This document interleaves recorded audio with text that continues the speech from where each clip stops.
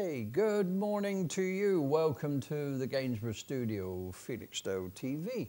We've had a bit of a pause, haven't we, young Eric? You've not been well and other things have happened, and you may have been fortunate enough to have caught last week's special, which was to celebrate Eric's 21st birthday, wasn't it? It was a significant bit. I've made the headlines since then. I know, I read it, but we won't go into that because you know, being an upright parishioner and the rest of it. But bridges need to be taken at speed, ish. But not for the chief constable, that is it. Okay, so what we're picking up on is really we're going to go back into sort of an insignificant engine, aren't we? A Concorde engine we're talking about. And this was when Eric was running a site, Collector's World. Apparently you had up towards 70,000 visitors a year. We started off without any visitors at all. As most things do. We started off from scratch, which I was rather pleased about. Right. And of course, I've never thrown anything away because, of course, I've got that problem. I go back towards the Second World War, and of course things were in short supply. They were. You didn't know what to do. You couldn't find anything, and it became ingrained in you almost not to throw things away. Well, make do and mend, wasn't it? Of course, by the time I got to I can't remember how old I was when I went to down a market to the Collector's World, or we went to Bridge Farm. Yes, you're coming on a piece then. And now this is my mobile going. See, just to show that it's live, and we'll edit this out so it will look slightly different, won't it? I'm trying to turn it off. I know. It's something. Wait a minute, we'll sort that out. Worry not. Where we are. I'm sorry. I can only apologise for that. I should have switched that off before we started. But it does show that we are doing this live. It does. And we don't edit, so you get the gritty there. But that's a good thing in a way. Now, did you manage to turn that off, or did you hit it with the hammer? Well, I think I ought to just try and turn it off, because then otherwise somebody will try again. And, Indeed. And it's quite easy to do. These things rule our lives. No, they don't. They don't rule mine, Eric, but they might. They rule a lot of people's lives, and a lot of people get a lot of use out of them. They do. I put it on mute. Good man. Good man. Apparently, they made the highest level of profit ever made by a company on the planet, it's declared today. It's quite incredible. And what is quite perverse is all of that money is sort of hidden away in a sort of tax escape area in Ireland, and they cannot remit the money back to the States to actually give it. How bizarre the whole thing is. Yeah. But anyway, it's great thing. It's new technology, and it's great. Concorde now, engines. The Concorde engine was, of course, it's a great shame. Concorde now has been discontinued. It has. It used to do the flight over the Atlantic in a couple of hours, 2 or 3 hours, whatever it was. Quite amazing. It was an amazing plane. The engine, it all was wrapped around the engine. Now, as you know, I've always collected Armstrong Siddeley cars. That's been a passion of mine. I had the connection now. Yes. And I used Armstrong Siddeley cars. Now, it was the Armstrong Siddeley, or the Siddeley, who developed the Concorde engine. Indeed, they did. Rolls-Royce bought them out to get their hands on the Concorde engine.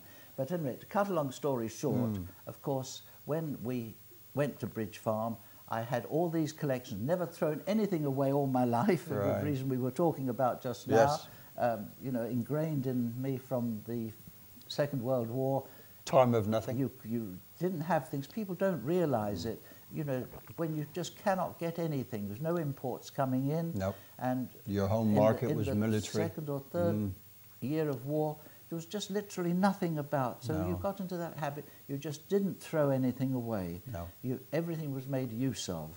And I mean, we don't realise that parts of the world, it's still the same. Or even worse. In Burma, when I was in Burma, not only 2 or 3 years ago, they were car tyres, a used car tyre. They'd cut it up and it was footwear. Put it on footwear. Yes, good stuff. We have no conception of it. We've been spoilt rotten, Eric, and we're very wasteful. But coming back to the Concorde engine, Armstrong Siddeley. Well, when we had Collector's World, I obviously had acquired a collection of Armstrong Siddeley cars. So that was one of your first exhibits, was it? And, well, I'd done that at Well Manor. I'd been collecting Armstrong Siddeley cars for a long time, and I had several models of them. So one of the first things I did was to make a Armstrong Siddeley car museum. Right. And I did investigate it, and I found there was no other Armstrong Siddeley car museum in the world. Oh, great. Not just in Britain or Europe, but Magic. in the world. Right. So I had the only Armstrong Siddeley car museum in the world, which was a great thing. And they're no longer produced? No. No. Please don't interrupt me, my dear, because if you, my train of thought at my age, if I get out of it... Well, you're getting there. I'm getting... Armstrong Siddeley's, I forgot what I was so I'd had this collection of Armstrong Siddeley's, and so when we had Collector's World, one of the first things I did was to start a Armstrong Siddeley car museum. Yes. So basically, before we had Collector's World, we had the Armstrong Siddeley car museum. I see, right. And this was where I found a retired police officer, Big Al, a wonderful, wonderful man, I hope. Right. And he'd been 30 years with the police. And of course, he gave me something. I can't resist telling you this joke. Right. Because, well, it wasn't a joke, really. But he was assigned to duty. He was 30 years with the police. Right. And he was assigned to royal duties. What, Sandringham or something? Well, no, in London. Oh, right. And he told me about this occasion when the Queen, Her Majesty, was in this carriage with 4 horses and driving down with this foreign ambassador or something, very important person. And of course, unfortunately, as they were driving along, the horse lifted its tail and a loud knock. Oh, and how, yeah. The Queen was so embarrassed, she said, "Oh, I am so sorry." And the ambassador, he said, "Don't worry, Your Majesty. If you hadn't have said anything, I'd have thought it was the horse." So I've repeated that one many times. I bet you have. We apologise for that, Your Majesty. Continue. But anyway, so there I had the Armstrong Siddeley car museum. And of course, the thing with the Siddeley was the Concorde engine. Yeah. And when we were at Downham Market, the Concorde was still going strong. Yes. And it had flown. I think it had not flown for very long. I can't remember what year it would started. No. But so I thought, well, it would be lovely to have a Concorde engine.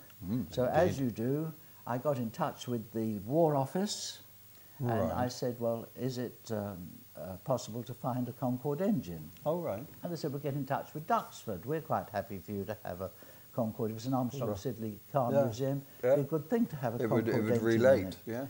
So needless to say, I got in touch with Duxford, and they said, "Oh yes, we've got a lot of surplus equipment. I think we've got a Concorde engine, but you can go with one of our staff into the stock place." Right. And I went. Their idea of a stock place, it's a huge building. It looked like the size of 10 barns, and it was full. I can't exaggerate how full it was with equipment. There were lorries and tanks, and you've no idea. It's an amazing and we place. literally, to get through it, we had to climb over lorries and bits and pieces to get. And there, right against the wall, we found a Concorde engine. Brilliant. And the man who had it, he said, "Well, there we are. There's the Concorde engine." He said, "I don't know whether it's ever flown." Oh, right. And I said, "Well, I'm not worried whether it's flown or not." He said, "I think it could only have been a demonstration engine or something, but it's got testing one." But he said, "It's here, and if it's suitable for you." I said, "Lovely, just what I want," because I thought this huge thing, as big as this room, you know, absolutely enormous. Yeah. And so I thought, well, how on earth am I going to get that from Duxford to Downham Market? So I thought, Air Force. So I rang up Marham, the RAF at Marham, and I told them what has happened. Training flight. They were so nice, and I mean, this is one of the joys with our forces. They're wonderful people. Yeah. And the CO said, "No, don't worry. We'll see to that." And he got in touch with the Transport Department. Right. And before I knew what, there was a lorry load of RAF men. Yeah. And they went to Duxford. They picked up the Concorde engine, and they brought it through to Downham Market and put it in the position where I wanted it in the museum. Right. We hadn't better share that with the general public. So there we had the engine in the museum, which absolutely wonderful. But then I thought, well, let me find there's a number on it. So I thought, let me do some investigation. I want to find out whether it's just a test engine, whether it's been flown or what have you. And I got the number, and I did some research, and blow me down. Do you know what that engine was? The first one. It was the very first one from the French. Now, people don't realise that the Concorde engine was developed by France and by England. And the idea was that the French would be the first, no, I'm sorry, the English would be the first people to go through the sound barrier. Yeah, match two. No, let me get this right. The English would be the first people to fly it, and the French would be the first people to go through the sound barrier. Yeah, or the other way around, whichever way. But apparently, when the time came, the English weren't ready. So the French were not only the first to fly it, but were the first to go through the sound barrier. Oh, right. And from the number, do you know what engine we had? 001. We had the French one. Oh, right. And so we had the engine, which was the first engine to go through the sound barrier and the first one to fly. Brilliant. So chuffed to rocks. We were chuffed Absolutely to think, and we used chuffed. to make a huge feature of this Concorde engine. Right. And I'm pleased to say that it's now still on exhibition in Wisbech, and so it's still. Oh well, where in Wisbech? I'm not sure. The local museum. But we'll find out. We'll let you know. You can go and see. So that's the story of the Concorde engine. And the motor museum. But then you grew like Topsy. Well, we grew like Topsy because obviously I had so many things, and I had we had 17 buildings in all. Did you really? And one day I took a pedometer and I walked around the whole exhibition. Oh, right. And we had a mile of exhibits. That's pretty good. It's not bad. Yeah, going, it's not bad, is it? No. But the whole thing is, they were interesting exhibits because my collections, they covered practically everything. And then a lot of people came and said, would you like to exhibit our collections? Or my mother's just died and she's got a collection all this of stuff, yeah. And we had a lovely collection of dolls. I think we had 2,000 dolls and prams. I've always been interested in television. And so I had television sets going right back even to the very first portable. Sobel did the very first portable television. Oh, right, yes. And I had one of those, which I'd bought. I'd never thrown it away. And you had computers in there as well. And I had computers, because, of course, the computers... Early ones. People don't realise how computers have changed. Oh, hugely. When the first computer I actually saw was in a room as big as this studio. Quite a small one. And huge one. Well, I don't know whether it was small compared with others, but it was such a size. It had to be air conditioned, and you had to have special clothing. If you went in, you couldn't take dust in with you. No, that would smash and it it had valves in it. Yes, I love valves. And it was an enormous bit of equipment. This was at Kangol, in actual fact, up in Cumbria. Yes. The Kangol was bought out by an American firm. Right. They're very modern. They brought in one of the first computers, and it was absolutely incredible. And when you think that huge computer was probably far less powerful than your radio and your phone. So it's a fraction as powerful as that. I know. And it shows you how technology... Oh, it's moved. I mean, I think unimaginably. You youngsters today, you've got... The next 20 years are going to be incredible. Eric, I hate to tell you this, but I trained with the Air Force, and at that time, radio technology was the thermionic valve. Well, there you are. And things like whatever were just coming in as a result of a mistake in manufacturing, but we won't go there. Now, you also had on this site, you had an Every Day is Christmas or something, didn't you? Well, I've always loved Christmas, and when we had Well Manor, and as if those who want to look it back and see Well Manor, they'll find that we had the Evergreen Christmas World there. Ah, right, okay. And so this was Christmas all the year round. So obviously one of the first things we did, we transferred the Evergreen Christmas World into one of the buildings. Right. And the Evergreen Christmas World was a lovely experience because it was Christmas all the year round. And we had Father Christmas there, and the crib scene, and a lovely street of Dickens shops. Oh, they were there. And all right. on special occasions, one of my grandchildren used to dress up as a little beggar boy and go with his hat in the street, you know, as a little ruffian. But it was really quite an experience. In fact, strangely enough, I got a text from, I can't remember her name, just last week. She said, "Are you still alive?" to me. Did she? She said, we used to come regularly to the Collector's World. We loved it. And of course it was a complete experience, because it was not only just the Collector's World. It used to take, you could take all day just to get around it. Yes.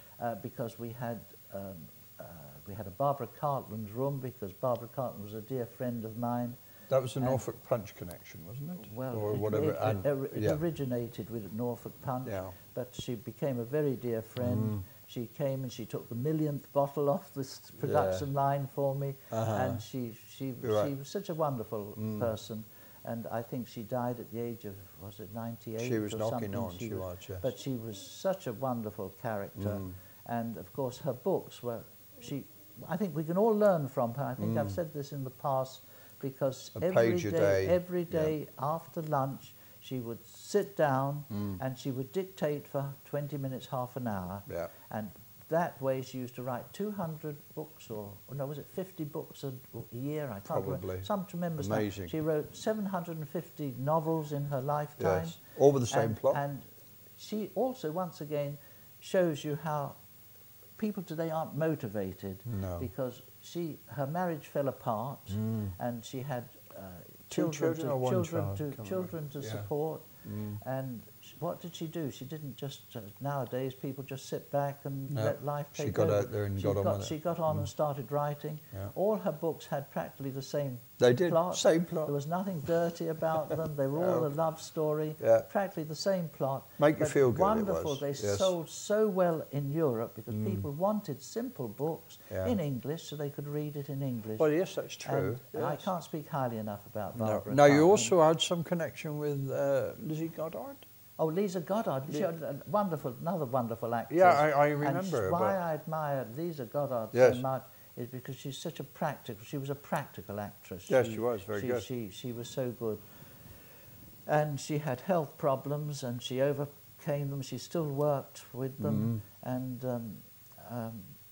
I think she's still going strong, Lisa is. Yes, she's about. So I don't know where did you meet her? She lived in Norfolk. The very first time I met her, I'd asked her to come and open an exhibit, I think we had at one of the stately homes, the Norfolk Punch. And I went to the stand, and I saw this very nice woman walking round and looking a bit lost. I didn't know who Lisa. You know, my ignorance. I've never changed. But you're just helpful. And I said, "You're not Lisa Goddard by any?" She said, "Yes." I said, "But we're expecting you to open it." And so there was a photographer there, and I had a picture of her drinking a glass of Norfolk Punch with me, which I've still got on the wall at home. I've seen it. And but then she opened it, and we became very good friends. Excellent. And so I've got great admiration for her. She lived on a farm, had a lovely husband, and stable lady, and a lovely son as well. And the son was so capable. Brilliant. But so we had a Lisa Goddard room, and but one beautiful portrait one of much longer standing was Mike Reid. Mike Reid, yes. Now Mike Reid, if you go back in our way back to when I knocked 5 hotels into one, and the Shoreline you were Club, there. We had the BBC came, and we did it all with youngsters.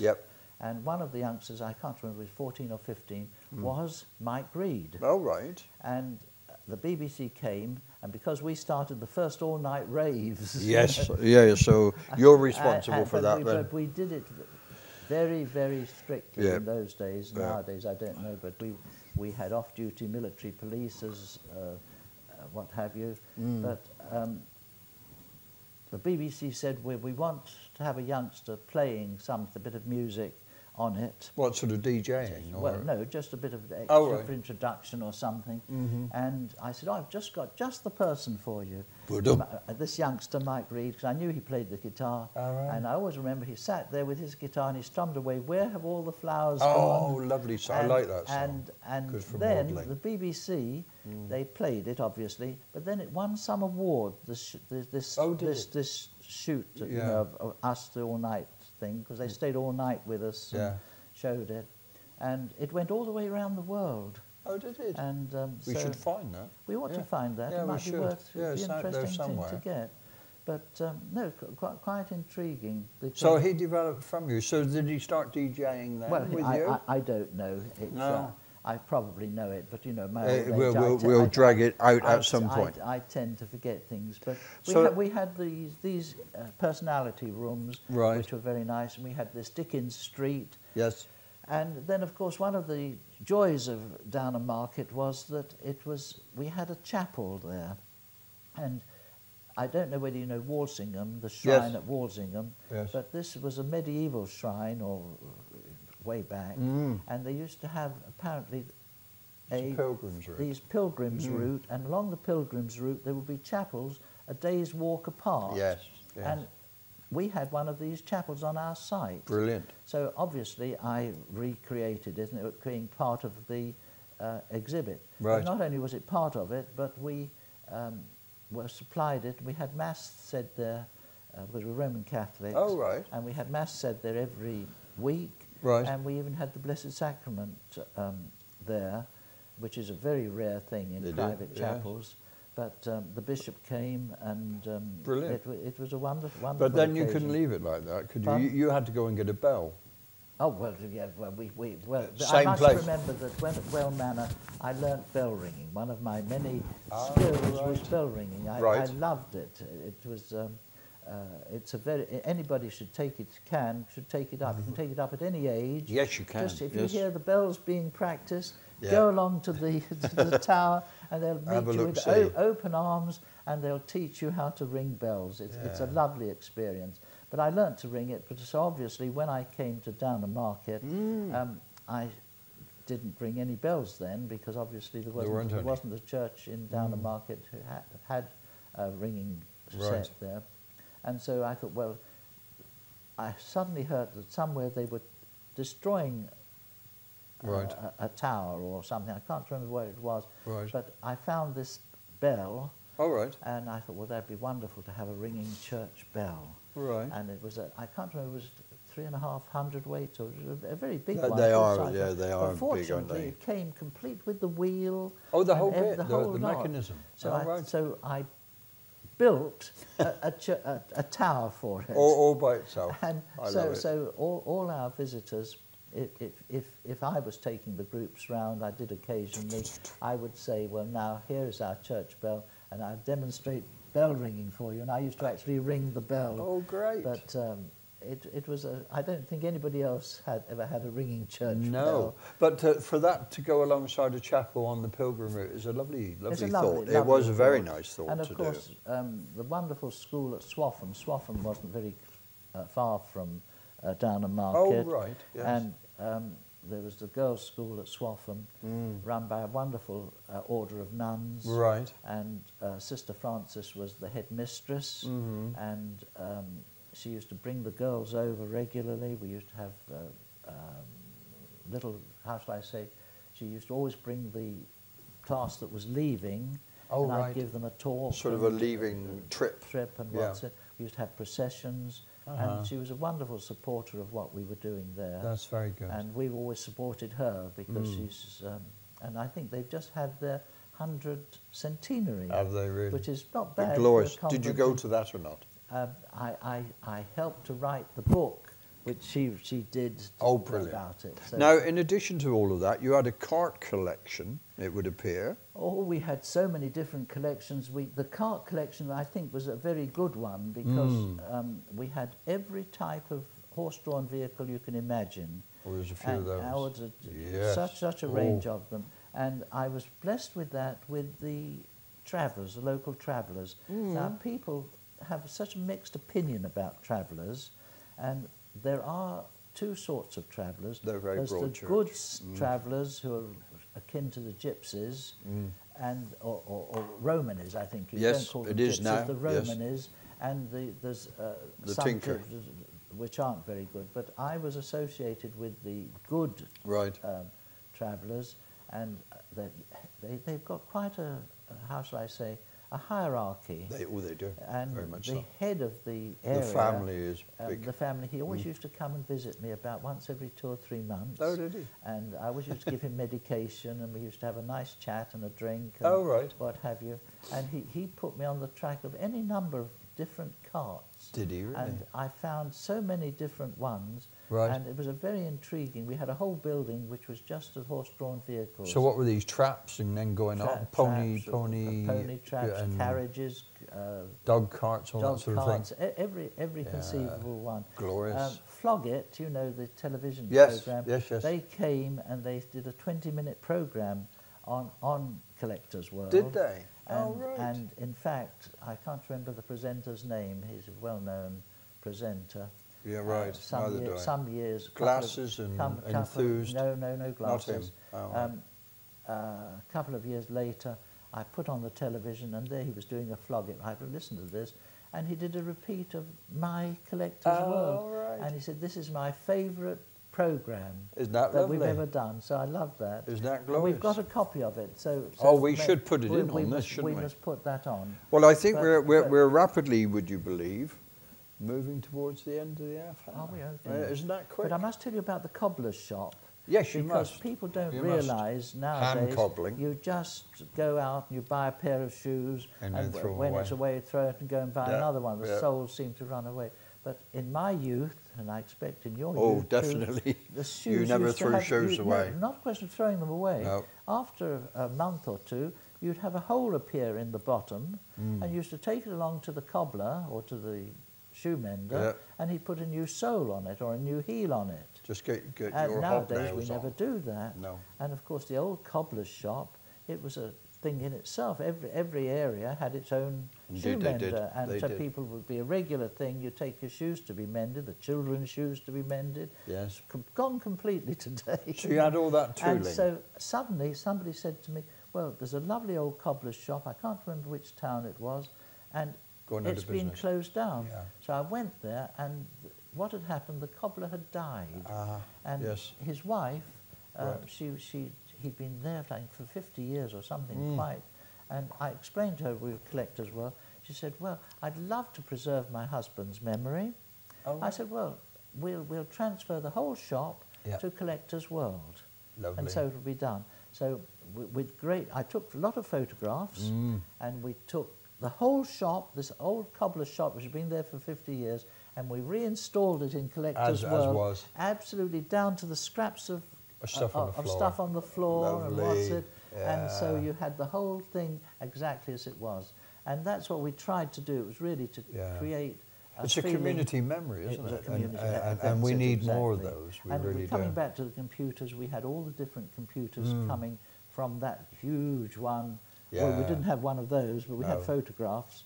And then we went all the different sizes going down. And people just don't realise. Its growth has been phenomenal. It's been phenomenal. And of course, next year, they're going to Apple is going to produce the wristwatch. Yes, I've seen there's that. one which I've been wearing for a year. Well, what I find worrying is there's no escape.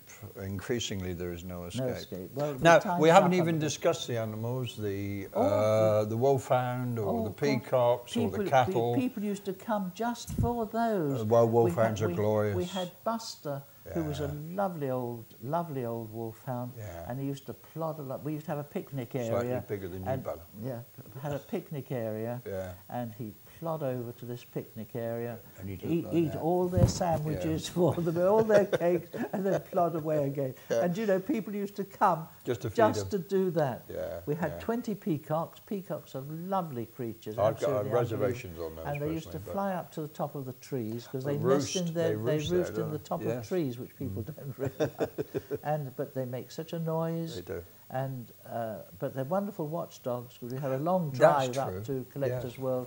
If anybody came up that drive, they'd be off. Yeah. If I came out of the house or somebody was, they'd start again. But I'd come out, I'd say, "Stop it, it's me."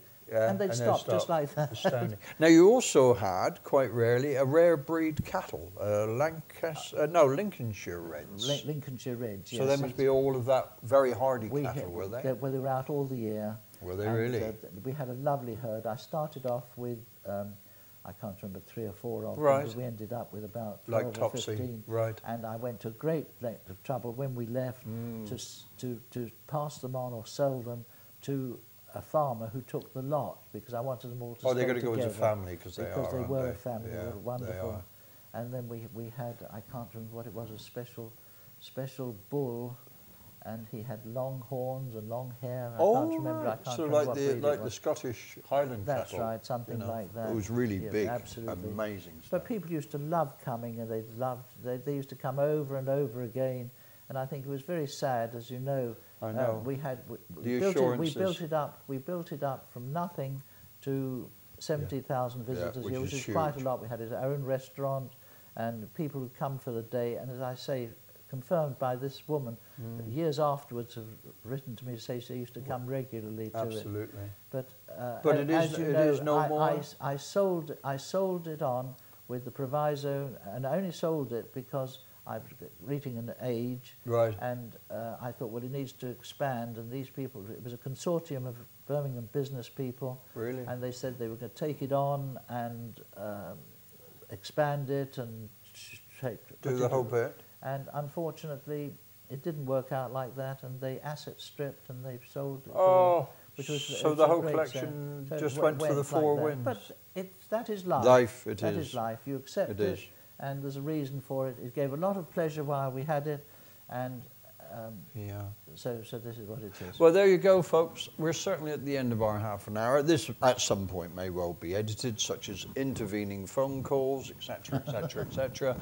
Interview being told off, destroying train of thought of interviewee, because I think when you get, beyond 28, well, occasionally... in my 90th year. You're on with that one now. I still like 88. I think it's a wonderful. Year. And the headline, I might add, was 89-year-old doing 99. Speeding at 99 miles per hour, which I thought was rather fun. I apologise for that. It was absolutely wrong. We'll strike that. That will be edited out, or needs to be. Anyway, folks. The account was fun. It will be. Welcome back next week, when we will get to what happened, though we've just touched on it, to Collector's World, and where next in, certainly, Eric's This Is Your Life saga, which goes on and on, doesn't it? It does. Thank you very much, Eric. Thank you very much. That was great. And cheers, Bella. Hey, you tell them all about it. Yes. So thank you very much. See you next time.